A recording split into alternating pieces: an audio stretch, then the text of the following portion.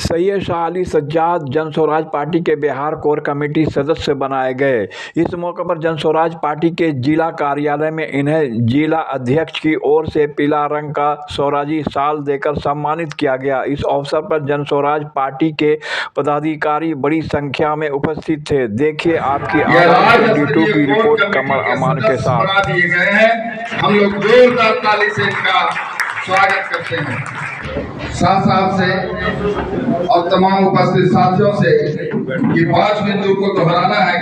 आप खड़े रहे साथी, 2 मिनट तो नींद में आ रहा होगा तो थोड़ा सा नींद भाग जाएगा। हम सब बोलेंगे उनको आप दोहराएंगे, सभी लोग दोहराएंगे। मन को विचारों से बोलिए और दुर्भावनाओं से बचाए रखने के लिए सदा समर्पित रहेंगे। इंद्रिय संयम, अर्थ संयम, समय संयम और विचार संयम का सतत अभ्यास करेंगे। अपने आप को समाज का एक अभिन्न अंग मानेंगे और सबके हित में अपना हित समझेंगे।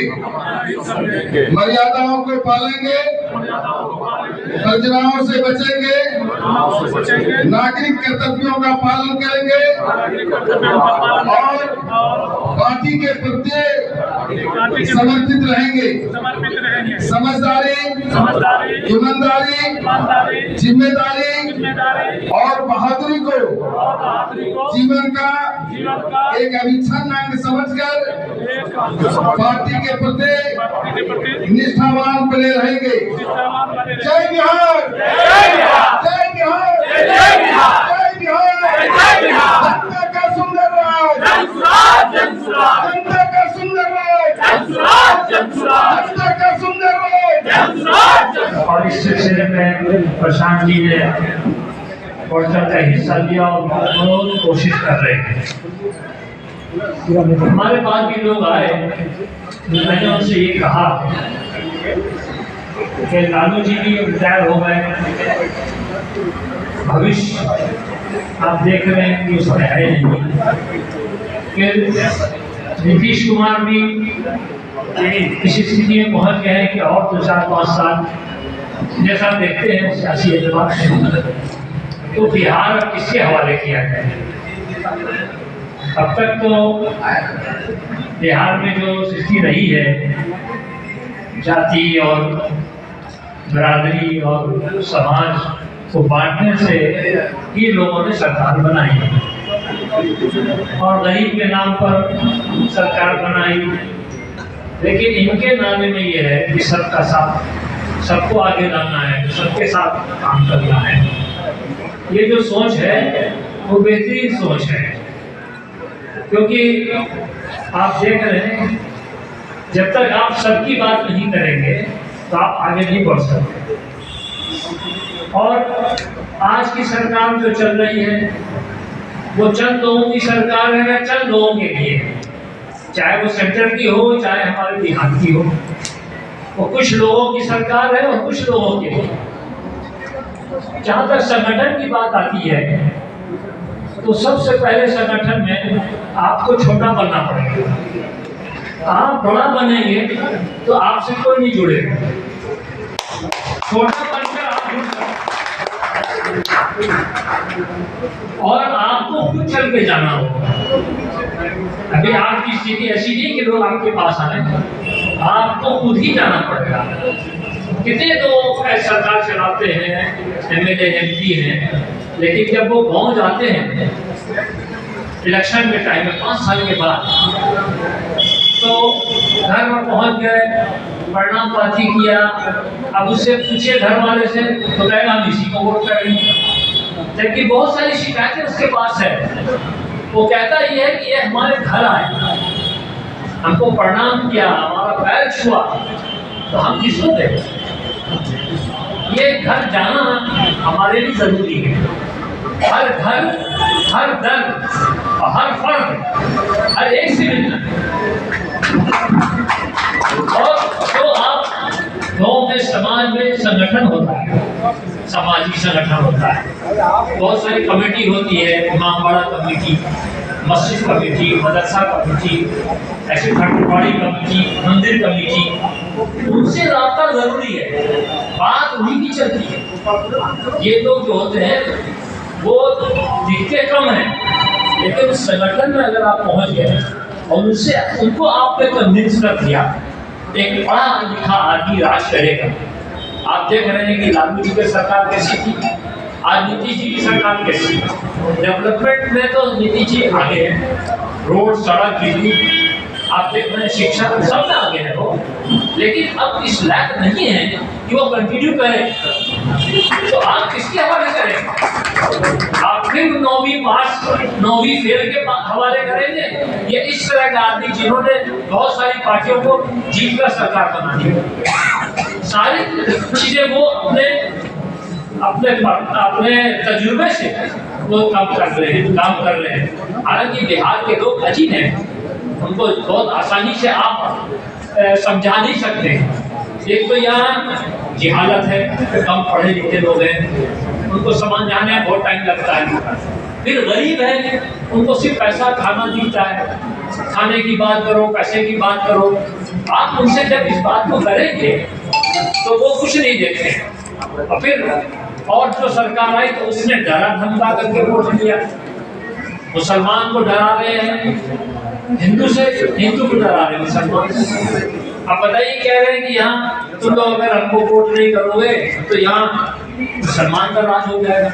तो ये अजीब बात है, ये कैसी बात है, लेकिन समझा रहा है। और उसको कमजोर दिमाग वाले जो पढ़े लिखे नहीं है वो समझ जाते हैं। इसलिए हमको इसको समझाना पड़ेगा।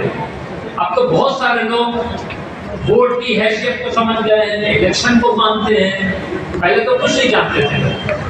आपको उस बहाने में ठप्पा लगता था। अब आप देखिएगा कि वो जो आपका जिस पर आप नाम मोहर लगाते हैं उस पर फोटो भी आती है, नाम भी आता है। यानी अब लोग पढ़े लिखे हो गए और कैंडिडेट को भी देख लो, कौन कैंडिडेट को वोट कर रहे हैं। तो हमें अच्छे से अच्छा, बेहतर से बेहतर चाह रहे हैं प्रशांत किशोर जी के हम आदमी दें, कैंडिडेट दें, तो हमको अच्छी व्यवस्था ये करनी है कि हम उन तक पहुंच जाएं, हम हर घर तक पहुंच जाएं, तभी हम संगठित हो सकते हैं, तभी उनको हम कन्विंस कर सकते हैं। इसलिए ये हमारा पहला काम है। और जहाँ तक शिकायत की बात आती है, किसी ने कहा है कि शिकायत का मतलब है आप काम कर रहे हैं। शिकायत का मतलब आप काम कर रहे हैं। जो आदमी काम ही नहीं करेगा उसकी शिकायत कौन करेगा? उसकी कमी कौन तलाशेगा? आपकी कमी तलाशी जा रही है, आपके बात और बोल को सुना जा रहा है कि ऐसा बोल रहे हो, वैसा बोल रहे हैं, इसका मतलब आप काम कर रहे हैं।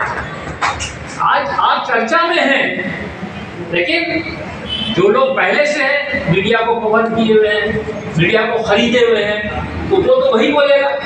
लेकिन आपका काम है कि आप जैसे पहले इलेक्शन होता था, कोई मीडिया नहीं थी, लेकिन लोग जा करके उसको आदमी को ये कर देते हैं, ईमानदारी के साथ करते थे। ईमानदारी के साथ रखना है। तो हमें ये कोशिश करनी है कि हम संगठन को मजबूत करने के लिए हमको हर फर्द तक जाना है। जिसको जो गांव मिला है, जो जिस गांव में है, वो अपने गांव के अच्छे बुरे सबको जानता है, उनसे मिलना है। बात दफा बहुत सारा ऐसा आदमी भी आपके काम आ जाएगा जो गांव के समाज के लिए खराब है, ना अच्छा आदमी नहीं है, लेकिन अगर वो साथ दे दे, बहुत सारा आदमी साथ दे देगा। हमने देखा है भागलपुर के इलेक्शन में, भाई तुम किसको वोट दोगे? तो फला वोट देंगे। काहे दोगे? तो मेरी जात का है। ऐसा होता है। सदानंद बाबू के बारे में गिरीश के हमारे वरिष्ठ नेता थे, वो कहते थे कि भाई हमारे बैकवर्ड में सबसे बड़ा नेता है, हालांकि है बिल्कुल भी, मेरा कोई काम नहीं किया, हमको बहुत सताया, हमको बहुत परेशान किया, लेकिन हम वोट उसी को करते हैं, तो इतना बड़ा नेता मेरे पास नहीं है। तो यही है कि भाई अगर आप उसके काम आ गए या काम का आप आश्वासन दे रहे हैं और आप पढ़े लिखे की बात कर रहे हैं, अब हम सब पढ़े लिखे हो गए तो हमारे पास खर्चा कैसा होगा? इसलिए हम सब की कोशिश ये हो कि एक तो हम ये तय कर लें कि हमको छोटा बनना है, छोटा ही नहीं जाएगा दूसरे के पास। अब बड़े बड़े तो आप सब आके मिलो हमसे, छोटा बन जाए। हम इसको पहले प्रणाम करें, हम इसको पहले सलाम करें, लेकिन हम इंतजार करें। सेवा वाला काम है, तो सेवा करने वाला तो जाएगा ना उसके पास। जब ज्यादा मुसीबत फैल जाती है, बीमारी फैल जाती है, तो ये तमाम स्वास्थ्य केंद्र वाले गांव में अपना बस पहुंचा देते हैं, गांव में सब आपके इलाज शुरू कर देते हैं कि बहुत सारी बीमारी है। तो आपको चाहिए कि हम गांव जा करके, और ये देखिए कि आप शहर के लोगों को थोड़ा मुश्किल लगता है, शहर के लोग बहुत आपके बुद्धि के एतबार से आगे होते हैं, तो लेकिन गांव पर आप अगर चर्चा करेंगे, गांव से ही आप सरकार बन सकते हैं।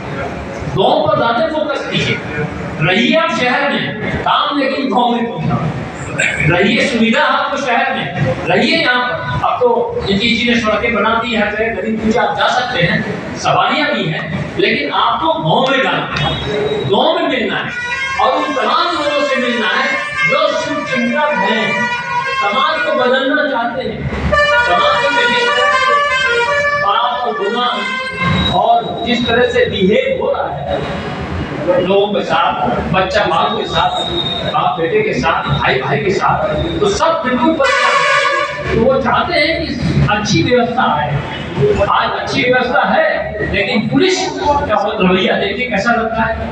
इसलिए मैं कहता हूँ कभी कभी कि ये मुल्क गुलामी की तरफ जा रहा है, पुलिस के रवैये से गुलामी की तरफ जा रहा है। आपको हर चीज का टैक्स लग रहा है। आप सोचिए कि शराब पे 4% है, और आपके जो है नमक में और चावल में, तेल में 18% है। अजीब बात है, ये कैसा हिंदुस्तान है? तो इन सब चीजों के लिए अगर आप बात करेंगे तो आपके हो जाएंगे, वो डूब रहे हैं, डूबते को सीनके का सहारा, समाज डूब रहा है, समाज जब चूर चूर हो रहा है, उसको कोई तो समझाने वाला, कोई तो हाथ बढ़ाने वाला। इसलिए आप देखेंगे जब बहता पानी पर, जब पेड़ बहता है तो उस पर आदमी पकड़ता है उसको, हालांकि पर सांप भी लगा हुआ है, जहरीली चीज भी लगी है, लेकिन बचने का एक ही रास्ता है। तो आपको ये समझाना है, आपको ये कहना है कि भाई ये 2 शासन तो आप देख चुके हैं, अब आप क्या चाहते हैं? दोबारा फिर उसी हाल में गए? अब नया ऊर्जा वाले, नए जवान, पढ़े लिखे, समझदार, अक्लमंद के हम चाहते हैं कि इसके हवाले स्टेट हो। इसलिए आप सबको ज़्यादा मेहनत करनी पड़ेगी, ज़्यादा कोशिश करनी पड़ेगी। फिर जब आप होता है ये थोड़ा पैसा खर्च होता है सैटेलाइट को ऊपर भेजने के लिए, और भेजने में फोर्स रहता है। कुरान में भी आया है कि अगर तुम फोर्स से जाना चाहोगे ऊपर, तभी तुम जा सकते, नहीं तो कशिश को खींच देगी दुनिया की कशिश। तो उस फोर्स को पार करने के लिए हमको सैटेलाइट को भेजने के लिए रॉकेट भेजा गया, और ऐसा भी लगता है रॉकेट जब वो ऑर्बिट में पहुंच जाता है, जहाँ वो घूमने लगता है अपने से, वहीं तक उसको पहुंचाना है। यानी आप अभी ताकत की जरूरत है, जब वो ऑर्बिट पर पहुंच जाएगा, जब अपने दूरी पर पहुंच जाएगा, फिर आपको कोई जरूरत नहीं है मेहनत की। मेहनत तो अभी करना है, जब तक वो दूरी तक पहुंच न जाए, अपने उस गर्दिश पर न पहुंच जाए। वो 200 मील है यहाँ से, 200 मील, उसके लिए पैसे लगते हैं, उसके लिए जहाजें तैयार किए जाते हैं, और सैटेलाइट को भेजना उस टुकड़े को है। उसी तरह हमारी कोशिश हो कि अगर हम इस तरह काम करेंगे, मिलजुल कर काम करेंगे, आपस में इख्तलाफ नहीं करेंगे, और जहाँ तक कहा जाए कि भाई इनको हटा दो, उनको हटा दो, तो भाई देखिए हमारे बड़े ने बचाया है, किसी को हटाओ नहीं, उससे काम लेना छोड़ दो, वो खुद समझ जाएगा मेरी जरूरत अब नहीं। हटाने से विरोध पैदा होता है, हटाने से विरोध पैदा होता है। अल्लाह आप कहते हम हटा देंगे, लेकिन इसको ध्यान में रखिए। आप उनकी जगह पर, जैसे आप देखते हैं कि एक चीफ मिनिस्टर होता था पहले, अब एक चीफ में 2 चीफ मिनिस्टर होने लगा है, डिप्टी हो गया 2, कहीं 3, तो अब उसको हटा नहीं रहे, रखे हुए हैं, चाहे जितना भी काम। हमारे लिए ये है कि अभी हम शुरुआती दौर में हैं, इसलिए हटाना, घटाना, काटना और पीछे करना ये सब नहीं करना चाहिए। अभी सबको बढ़ाओ, सबको लेके चलो, सबको झेलो, सबको बर्दाश्त करो, तभी हम आगे आएंगे। यही सब बातें हैं। हमारे अध्यक्ष जी को बहुत बहुत बधाई। ऐसी मीटिंग की, लेकिन ये मीटिंग में देर हो गई, काफ़ी वक्त ले लिया लोगों ने। टाइम शेड्यूल तय होना चाहिए कि आपको 5 मिनट। हमारी मुलाकात राहुल से भी हुई, अवैध मिलने के लिए पूरे बिहार से 2 अध्यक्ष को बुलाया था, इसलिए हम भी जो हम अध्यक्ष से बाहर को बुलाए हमारे वैशाली के हर स्टेट से 2 आए। हम भी बोले थे, हमने 3 मिनट का टाइम था और 9 मिनट बात की। फिर बोले कि सज्जाद जी आपको कंक्लूड करना होगा। बहुत सारी बातें हुई। तो ये है कि हम टाइम का, समय का बहुत कीमत। अभी देखिए हम लोग 1 बजे बुलाए गए, 5 बज रहा है। इसकी क्षमता नहीं किसी में। 2.5 घंटे में आपका प्रोग्राम खत्म हो जाना चाहिए। 2.5 घंटा, 2-2.5 घंटा आदमी बैठ सकता है, इससे ज़्यादा नहीं। आपने 4 घंटा पहुँचा दिया, तो जो आदमी सुनना चाहता है वो भी चला दिया। एक जगह जलसा हो रहा था, तो एक आदमी बहुत देर से बैठा हुआ था, जलसे का प्रोग्राम सुन रहा था। तो जो सुना रहे थे, वो जलसा कर रहे थे, जो भाषण दे रहे थे, तो उन्होंने कहा भाई तुमको बड़ी मोहब्बत है इन जलसों से, और तुम बयानात सुन रहे हो, स्पीचेस सुन रहे हो और बैठे हुए हो, आखिरी तक बैठे हुए हो। हम आखिरी आदमी बोल रहे हैं और तुम ही बैठे हुए हो। कहा कि हम आपका जलसा नहीं सुन रहे हैं, हम तो दही चाटी समेटने वाले हैं, आप खत्म करें, हम ये जो लास्ट वाला जो है ना, भाई सब चले गए, अब किसको आप सुनाइएगा कहानी? तो इसका ख्याल रखा जाए। अध्यक्ष की बड़ी जिम्मेदारी होती है कि सबको राजी रखना है, सबको खुश रखना है। लेकिन ये ऐलान अगर आप कर दें कि भाई जो पहला बोल चुका है वो नहीं बोलना, आपको वो सुझाव नहीं देना है जो पहला बोल चुका है, आपको एक नई सुझाव देना है। हाँ, नया सुझाव देना, और सुझाव देने वाला भी कोई रहे, नहीं तो उसकी बात कीमती बात भी हो जाएगी। तो आप उसको देखिए, ये मेरे कितना फर्क। लेकिन इस वक्त जो जरूरत है वो आपस में तालमेल सब में बना करके चलना, मीडिया को भी पूरी बात की तरह करना, मीटिंग में उनको भी दावत देना, उनका भी ख्याल रखना, क्योंकि आजकल ज़्यादातर लोग आपकी बात कम पेपर की बात मानते हैं और यूट्यूब की बात मानते हैं। इसलिए आप उसको भी अपनाना है, वो भी आप जरूरी आप कहीं भी अकेले में प्रोग्राम करें, उसमें भी अच्छी उनसे डील करके पेपर मीटिंग इसी के साथ धन्यवाद।